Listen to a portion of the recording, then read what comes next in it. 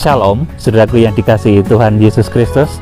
Saat sukacita ini kita bertemu di dalam kasih Tuhan di satu danau yang indah.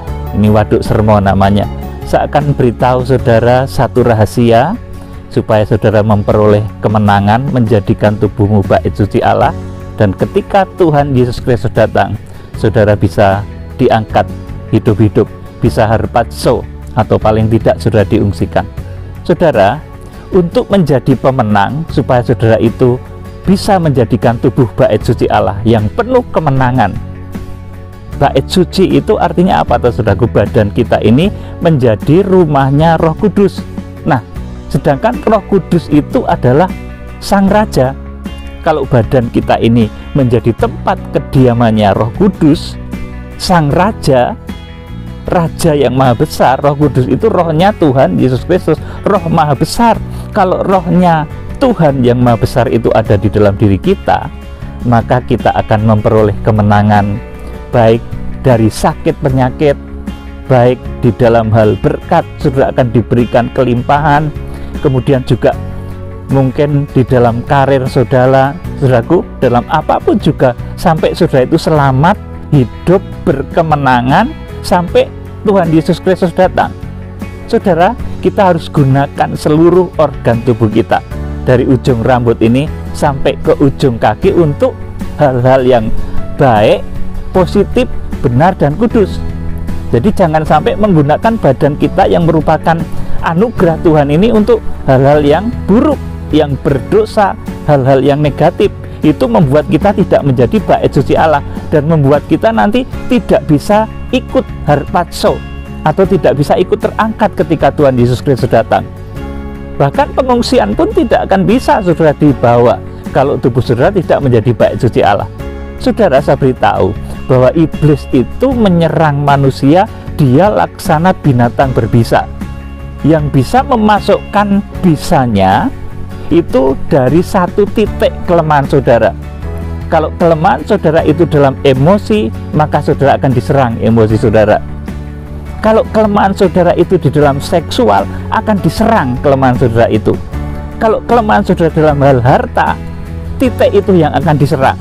Saudaraku, jadi kuasa kegelapan iblis itu laksana binatang berbisa yang ibaratnya begitu memiliki sengat, saudaraku.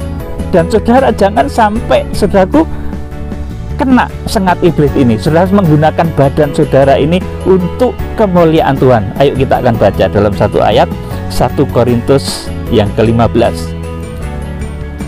Sengat maut ialah dosa, dan kuasa dosa ialah hukum Taurat. Tetapi syukur kepada Allah yang telah memberikan kepada kita kemenangan oleh Kristus Tuhan kita. Amin. Saudaraku, jadi iblis itu melakukan serangan itu melalui kelemahan saudara, satu titik kecil yang ada dalam diri saudara.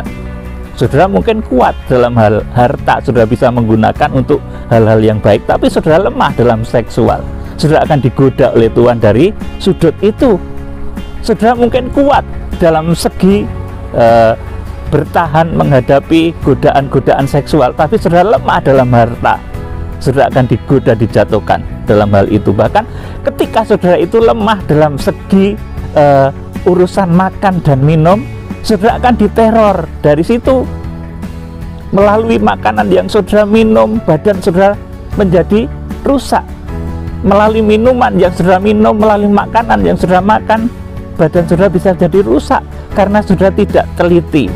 Ketika makan, ada sesuatu yang benda-benda yang tidak baik masuk ke dalam mulut saudara, badan saudara jadi rusak. Ketika minum, saudara memasukkan minuman yang tidak sehat, badan saudara menjadi rusak. Dan itu menjadi awal dari iblis menyerang badan saudara, sehingga badan saudara sakit-sakitan, kena berbagai macam penyakit. Saudara, itu karena manajemen tubuh yang tidak baik.